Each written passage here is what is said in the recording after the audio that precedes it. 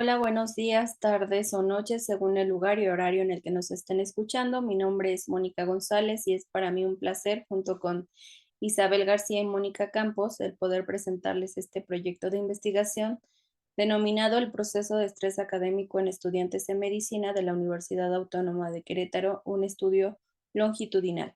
No sin antes agradecer a la revista por este espacio de encuentro de saberes de divulgación científica.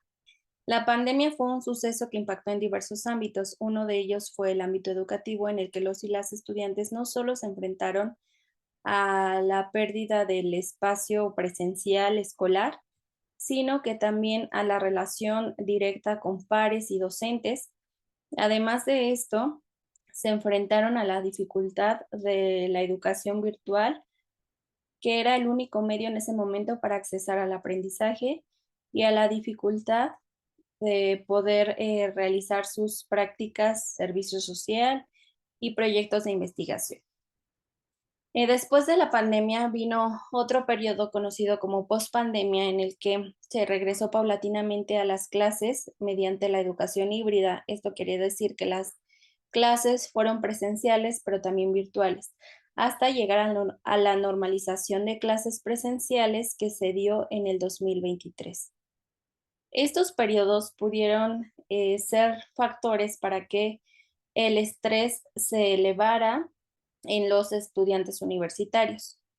La población universitaria de por sí ya se enfrenta a un cierto grado de estrés por las propias exigencias que demanda la formación profesional. Así también, los estudiantes de medicina no solo se enfrentan a estas exigencias, a estos nuevas responsabilidades, nuevos métodos de enseñanza, aprendizaje, sino que también se enfrentan al dolor, al sufrimiento, a la enfermedad, a la pérdida, entre otros aspectos. Esto, pues, pueden ser detonadores de estrés. Se revisaron algunos estudios con la finalidad de conocer el nivel de estrés en estudiantes de medicina, encontrándose que son las mujeres las que presentan mayor niveles de estrés. El nivel de estrés promedio que se encontró en los estudios fue del 60 al 65%, y entre los estresores más significativos se encontró la sobrecarga y limitación de tiempo para realizar tareas, así como las evaluaciones de los profesores. Respecto a los síntomas, las alteraciones de sueño, la inquietud, la ansiedad, la depresión, los bloqueos mentales, la desconcentración fueron algunos de los síntomas que mayor se presentaron en estos estudiantes. Y respecto a las estrategias de afrontamiento, no se encontraron cuáles fueron las que mayor desarrollan los jóvenes para hacer frente a las situaciones de estrés. Ante este panorama es que surge nuestro objetivo de investigación, el cual es identificar y analizar el nivel de estrés en estudiantes de medicina de la Universidad Autónoma de Querétaro de quinto a décimo semestre, comparando resultados en tres dimensiones: estresores, síntomas y estrategias en confinamiento y semestre 2023, así también haciendo una diferencia por semestre y por género. El estrés se entiende como esta relación particular que se da entre el individuo y el entorno, en el que el individuo evalúa su entorno como amenazante o desbordante de sus recursos y se da cuenta que está en riesgo su bienestar. Esto genera que haya un desequilibrio y que se manifieste mediante ciertos síntomas. Una vez que el individuo presenta estos síntomas, pues tiene que restablecer este equilibrio mediante la implementación de ciertas estrategias de afrontamiento. Barraza toma en cuenta el modelo que propone Lazarus y Folman y desarrolla el modelo sistémico cognitivista, en el que define el estrés académico como un proceso sistémico de carácter adaptativo y esencialmente psicológico. Aquí nos dice que es sistémico porque el alumno se ve sometido a una serie de contextos, una serie de demandas que le provocan cierto desequilibrio sistémico, que, como ya decía Lazarus y Folman, se manifiestan a través de ciertos síntomas que pueden ser físicos, psicológicos o comportamentales, pero una vez que el individuo se encuentra en este desequilibrio, su meta va a ser restaurar este equilibrio sistémico mediante los recursos con los que cuenta, es decir, con la implementación de ciertas estrategias de afrontamiento. Barraza nos dice también que el estrés académico tiene un carácter psicológico, ya que existen estresores que van a ser independientes a la persona y que resultan de una amenaza vital, tal como lo fue la pandemia. Y por otro lado, existen estresores que dependen específicamente de la percepción del individuo. Es por eso que lo que me estresa a mí va a ser diferente de lo que les estrese a los demás. Esta investigación fue de carácter descriptivo, cuantitativo y longitudinal. Se realizó en 2 periodos, como ya se mencionaba. Para el periodo de confinamiento, la muestra se conformó por 75 estudiantes de medicina, de los cuales 40 fueron mujeres y 35 hombres. En el semestre 2023 fueron 153 estudiantes, de los cuales 81 fueron mujeres y 72 hombres. Se aplicó el inventario de estrés académico SISCO, segunda versión de Barraza.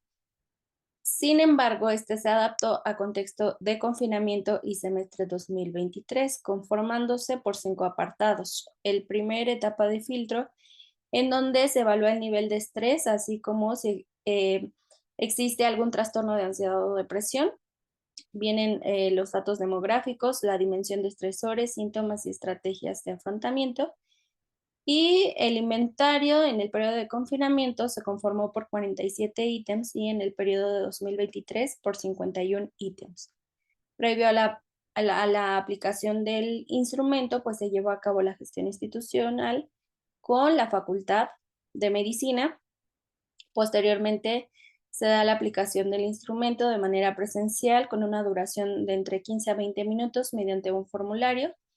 Y para el análisis de los datos, pues primeramente se realizó una prueba de normalidad para conocer si la muestra era paramétrica o no y ver después cuáles eran las pruebas que se iban a realizar. Eh, Posteriormente realizamos el análisis de varianza con la prueba ANOVA y TED-Student mediante el programa SPS para poder diferenciar género y semestre.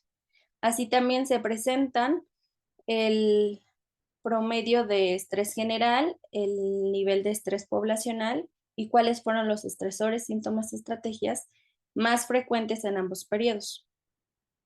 Como se puede observar en la tabla, el nivel de estrés poblacional muestra que en confinamiento cerca del 79% de la población presentó estrés, tanto a nivel moderado y severo, mientras que en el 2023 fue de 72%, siendo mayor en confinamiento.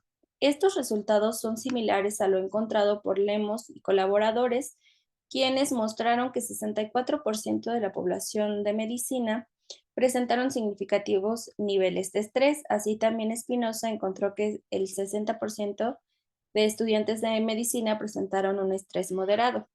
Aquí también se observa que se concuerda con ellos en cuanto a que el nivel que se presentó en ambos periodos fue moderado. En confinamiento, el nivel de estrés general fue de 55.8%, mientras que en semestre 2023 fue de 57.3%.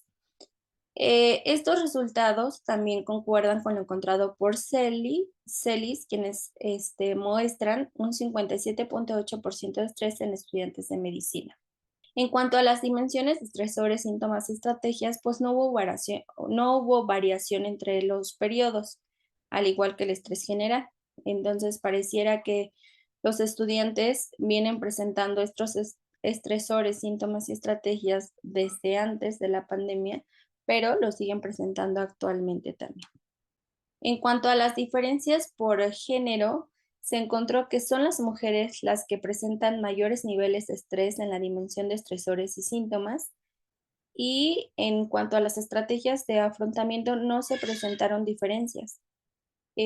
Respecto al análisis por semestre, en confinamiento no hay diferencias entre semestres, pero en el 2023 sí se da una diferencia en la dimensión de síntomas entre séptimo y décimo semestre, siendo mayor el nivel de estrés en séptimo semestre. Estos resultados concuerdan con lo encontrado por Del Toro, Lemus, Cárdenas, Quispe y colaboradores, ya que Ellos en sus estudios mostraron que son las mujeres quienes presentan mayores niveles de estrés, así como mayores síntomas. En cuanto a los estresores, eh, se puede dar cuenta que son similares en ambos periodos. En confinamiento, los más frecuentes fueron largas horas frente a las pantallas, la sobrecarga y limitación de tiempo, los diversos estímulos en clase, las materias con fuerte contenido teórico y la exigencia de docentes, que son también similares a los ya encontrados por otros estudios como del Toro y Quispe. Nos podemos dar cuenta que las largas horas frente a las pantallas y los diversos estímulos pueden estar relacionados particularmente con el periodo de confinamiento, ya que implicó pasar largas horas frente a una pantalla y pues expuesto a diversos estímulos, ¿no? Porque estaban en casa. En el semestre 2023, pues siguen siendo también las evaluaciones de los docentes, las materias con fuerte contenido teórico, la sobrecarga y limitación de tiempo, la formación del perfil profesional y la exigencia de los docentes. En cuanto a los síntomas, podemos observar que son los mismos en ambos, que es la fatiga crónica, los problemas de concentración, la tensión corporal y la ansiedad en ambos periodos. Sin embargo, estos se presentan con un mayor porcentaje en el semestre 2023. En cuanto a las estrategias de afrontamiento, en confinamiento y en el semestre 2023 se presentó el mantener el control emocional en ambas, siendo la que más se utilizan los estudiantes.